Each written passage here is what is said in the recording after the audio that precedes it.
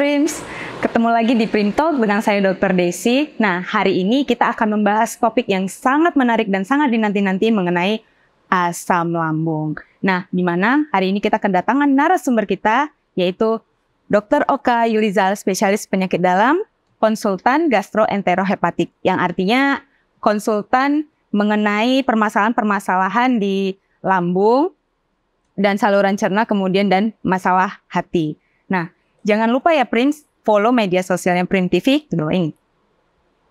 Oke, baik. Sekarang kita sapa dulu narasumber kita. Halo Dok. Halo Dr. Desi. Sehat Dokter? Sehat, Kabar? Alhamdulillah. Dokter, hari ini kita akan membahas mengenai asam lambung, Dok. Di mana topik ini tuh sangat dinanti-nanti dan ditunggu loh sama Prince. Karena ini memang pembahasan yang diminta juga dari Prince. Nah, baik Dok, kita langsung saja membahas mengenai asam lambung ya Dok ya. Ya, silakan. Ya. Jadi Dok, asam lambung itu apa sih Dok dan seberapa penting asam lambung itu pada pencernaan kita? Terima kasih Dr. Desi. Ya. Jadi asam lambung itu adalah salah satu unsur yang penting ya dalam dalam saluran cerna. Oleh karena dengan adanya asam lambung itu bahasa gampangnya itu dia akan suatu unsur untuk memecahkan makanan, untuk menghancurkan makanan, sehingga makanan itu mudah dicerna di dalam saluran cerna dan pada akhirnya akan menghasilkan tenaga untuk bisa beraktivitas. Salah satu komponen penting dalam metabolisme ya Dok ya, untuk saluran cerna. Makan.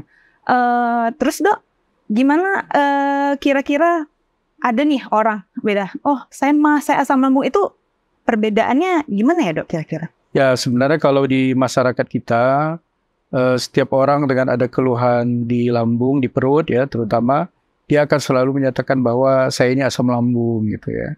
Jadi walaupun sebenarnya tidak sepenuhnya salah ya, atau tidak salah juga, tetapi kalau ada keluhan-keluhan seperti asam lambung itu memang perlu pemeriksaan yang lebih lanjut untuk membuktikan apakah memang benar masalah di lambungnya itu, masalah di perutnya itu adalah memang asam lambung atau ada penyakit yang lain. Ada penyakit. Jadi memang harus perlu pemeriksaan untuk menunjukkan memang betul asam lambung atau enggak. Jadi di masyarakat kita kalau sebenarnya asam lambung itu sering diidentikan dengan mah ya, mah. Jadi mah itu bahasa Belanda artinya lambung. Jadi kalau misalnya sakit mah itu berarti sakit lambung. Jadi seperti itulah gambaran di masyarakat kita. Nah, Prince udah tahu ya mah dengan asam lambung perbedaannya apa. Dan jadi itu diambil dari bahasa Belanda ya, Dok, ya yang artinya mah itu bahasa Belanda artinya lambung. Jadi kalau ada masalah di lambung, di perut ya, selalu orang bilang sakit mah, nah gitu. Jadi bahasa seperti itulah di masyarakat gitu.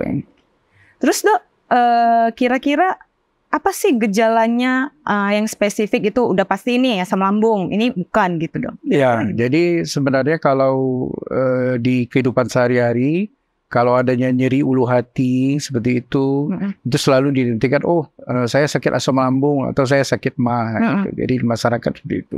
Jadi seringnya yang datang ke praktek klinis kita sehari-hari itu adalah yang keluhannya seperti itu, nyeri ulu hati. Ya. Jadi kemudian kadang-kadang sertai dengan kembung. Ya. Nah inilah yang kalau di istilah medisnya disebut dengan namanya dispepsia. Gitu. Dispepsia bahasa medisnya ya Dok ya. Dengan keluhan nyeri ulu hati. Kembung, mual, kadang-kadang sesekali muntah gitu ya. Itu yang ke praktek dokter kira-kira banyak usia tua atau muda atau gimana Dok? Oh nggak tentu ya. Nggak tentu ya Dok? Tentu. Kadang-kadang bisa usia tua, usia muda nggak tentu. Jadi yang penting ada keluhan mengenai perut, ya dia datang untuk memeriksakan itu. Kira-kira kan Dok, ini banyak nih pertanyaan dari Prince juga nih kan Dok. Karena di Prince ini sebagian besar tuh mahasiswa-mahasiswi. Itu kira-kira ada pola hidup atau lifestyle ya Dok, yang mempengaruhi asam lambung itu kira-kira gimana ya Dok? Ya, itu kalau misalnya yang sering itu kalangan mahasiswa atau pekerja gitu ya, karyawan itu paling sering terkait dengan pola hidup seperti misal terlambat makan, atau misalnya mengerjakan tugas yang sampai larut malam bergadang. Bergadang. Nah, jadi keadaan-keadaan seperti itu terus mempengaruhi atau setidaknya memperberat untuk jadi keluhan pada perut itu gitu. Jadi begadang juga ya. Tapi kan Dok, ada nih beberapa mahasiswa atau mahasiswi atau biasalah pekerja kantor gitu kan. Dia begadang, tapi ya sambil kerja sambil makan itu tetap naik buat jadi asam lambung nggak ya Dok kira-kira? Nah, kadang-kadang itu sifatnya cukup individual ya. Tidak semua orang juga dengan dengan aktivitas yang seperti itu bisa kena gejala asam lambung itu atau dispepsia itu. Tidak semua. Kadang lebih sifatnya individual. Kadang ada orang tertentu yang justru dia sudah berlaku hidup sehat tapi kena juga. Jadi memang banyak penelitian-penelitian yang mendasarkan bahwa sumbangan faktor genetik ya pada keadaan genetik tertentu atau keturunan juga terus mempengaruhi gejala atau keluhan dari asam lambung itu, berat ringannya itu.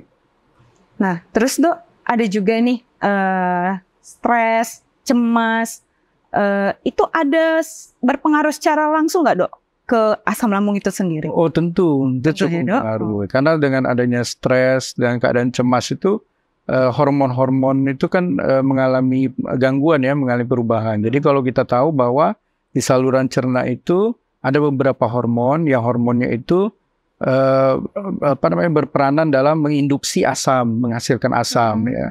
Jadi hormon-hormon itu kan diatur diatur baik secara lokal ya di dalam saluran cerna sendiri atau yang secara sentral.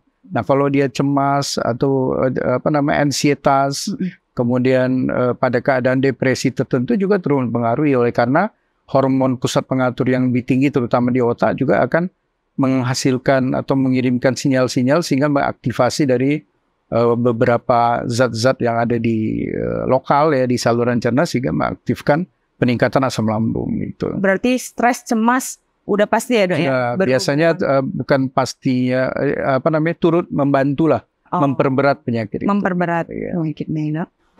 Terus Dok, ini ada juga yang nanya di masyarakat kita ini kan identik dengan diet itu nggak makan. Ya Dok ya, diet itu nggak makan. Padahal sebenarnya diet itu mengenai pengaturan pola makan ya Dok. Jadi kira-kira ada nggak Dok untuk PRIMS dan masyarakat umum lainnya diet yang baik untuk mengontrol supaya nggak kena asam lambung itu gimana ya Dok kira-kira? Ya yang jelas diet itu harus benar sesuai dengan porsinya dan memang sesuatu yang dibutuhkan ya. Jadi ada keadaan-keadaan tertentu yang memang mesti mengharuskan diet ya pada kondisi atau pada keadaan tertentu. Tapi pada prinsipnya diet untuk penyakit pada lambung itu adalah yang konsumsi makanan tetap ya, makanan itu tetap karbohidrat, protein, lemak, ya, mineral, air dan sebagainya tetap harus dipenuhi. Tapi tetapnya dia itu porsinya kecil, prinsipnya porsinya kecil, tetapi sering, tidak merangsang, tidak pedas dan tidak tidak menimbulkan yang sifatnya menginduksi lah asam lambung. Karena itu kan sifatnya juga seperti saya sampaikan tadi individual. Ada kalanya orang dengan makanan tertentu itu malah menginduksi produksi. Jadi naik asam lambung gitu ya Dok ya. Kalau pengaturan jamnya itu Dok, karena ada beberapa kan katanya sedikit tapi sering gitu. Berarti kan kalau kita yang kantoran atau mahasiswa-mahasiswi, berarti mereka harus bawa makanan cemilan atau apa gitu Dok untuk supaya menunda. Iya, memang idealnya seperti itu ya. Jadi idealnya seperti itu artinya ya untuk mengisi supaya tidak sampai kosong asam lambungnya. Jadi mereka harus adalah makanan yang katakanlah, tapi cemilan ini sifatnya yang benar-benar sehat lah ya, bukan artinya yang junk food dan sebagainya itu, tetapi tetap yang sehat, yang dia artinya kadang ada orang kan begitu 1 jam atau 2 jam setelah makan yang pertama dia lapar lagi, dimakan seperti itu. Tapi porsinya kecil tapi sering, tetapi tetap prinsip-prinsip diet pada asam lambung itu tetap dipenuhi. Gitu. Nah ini ada juga nih Dok fakta atau mitos yang beredar di masyarakat. Jadi mengenai asam lambung ini Dok, yang tadi seperti dokter bilang tidak merangsang atau menginduksi asam lambung. Berarti ada dong Dok hubungannya antara peningkatan asam lambung dengan makanan-makanan yang pedas gitu deh, bisa? Oh iya, jadi memang kalau kita lihat dari yang kita tanya dari pasien-pasien kita yang berobat itu memang faktor pencetus makanan yang pedas ya, kemudian makanan yang katakan merangsang kalau misalnya dia banyak mecin apa sebagainya itu ya. Nah itu sangat mudah untuk mencetuskan gejalanya, kumatnya penyakit itu. Berarti itu termasuk fakta ya, Dok ya? Iya, termasuk fakta. Dia yang memang mesti benar-benar dihindari ya, karena termasuk ini. Nah, Prince, jadi kalian tetap harus makan makanan pokok. Nah, kalau di antara jam makan pagi dengan siang tuh kalian lapar, tuh kalian boleh nyemil dengan catatan tadi harus makanan sehat ya. Harus sehat. Makanan junk food ya, Dok ya, gitu. Menghindari makanan pedas karena itu merupakan merangsang untuk kenaikan asam lambung ya. Nah, terus kan, Dok, ada beberapa kejadian juga ini mengenai sudden death atau mati mendadak. Itu kira-kira, Dok, ada hubungannya nggak? Atau memang bisakah penyakit asam lambung ini menyebabkan sudden death gitu, Dok? Kalau penyakit asam lambung ini sendiri ya, artinya kalau dia memang murni penyakit asam lambung, bisa dibilang jarang menimbulkan sudden death ya. Jadi sudden death itu biasanya kalau dia ada komorbid yang lain. Misalnya mereka usia tua dia di atas 50-an gitu ya. Ada gejala nyeri di ulu hati. Kita harus berpikir bahwa kemungkinan besar kalau dia sudden death kemungkinan adalah karena serangan jantung ya. Jadi kalau serangan jantung itu lokasinya itu berada di jantung bagian bawah ya, inferior. Jadi miokard iskemik atau miokard inferior bagian bawah ya, itu dia gejalanya gejala seperti saluran cerna, mual, muntah, nyeri ulu hati. Nah, jadi sangkakan juga itu suatu penyakit saluran cerna, padahal itu sebenarnya penyakit jantung. Berarti gejalanya tumpang tindih. Gejala tumpang tindih. Tapi kalau pada usia muda, kalau itu tidak nampak dia gejala ini. Jadi pada usia muda itu kalau memang dia nyeri ulu hati, ya kemungkinan besar dia memang saluran cerna problemnya gitu. Walaupun ini tentu mesti ada pembuktian lagi. Pembuktian lagi ya. Berarti harus diperiksa lebih lanjut. Iya, apalagi kalau misalnya misalnya kan sekarang usia muda ada orang usia 20-an udah kena diabetes gitu kan. Iya. Nah, jadi diabetes itu kan kawan dekatnya adalah penyakit kardiovaskuler. Iya. Nah, jadi itu memang mesti dibuktikan lah. Harus dibuktikan. Iya. Nah, Prince dan masyarakat sekalian jangan langsung percaya ya mengenai penyebab. Misalnya aja nih ada keluarga kita yang sakit terus tiba-tiba meninggal secara tiba-tiba gitu kan.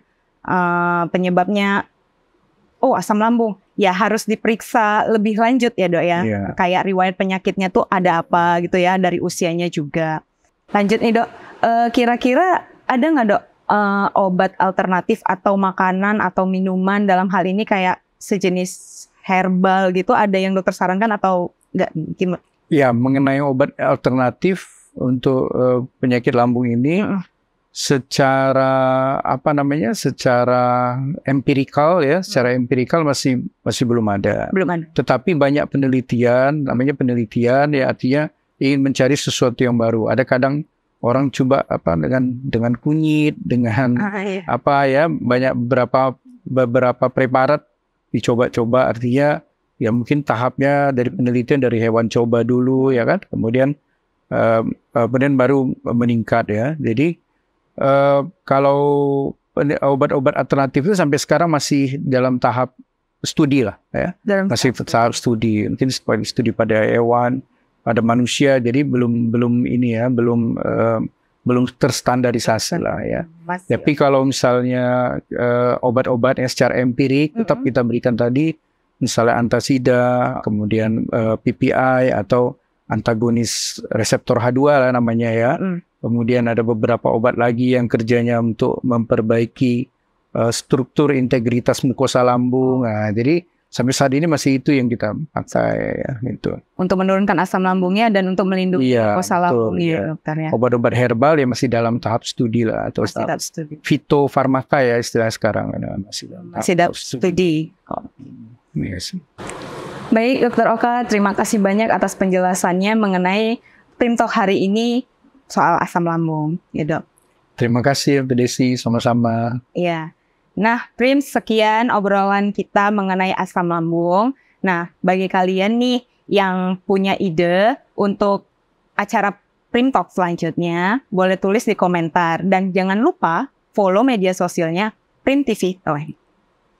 Oke, sekian. Saya Dr. Desi dan Dr. Okay Rizal. Pamit dulu. Sampai jumpa di Prim Talk selanjutnya. Dah.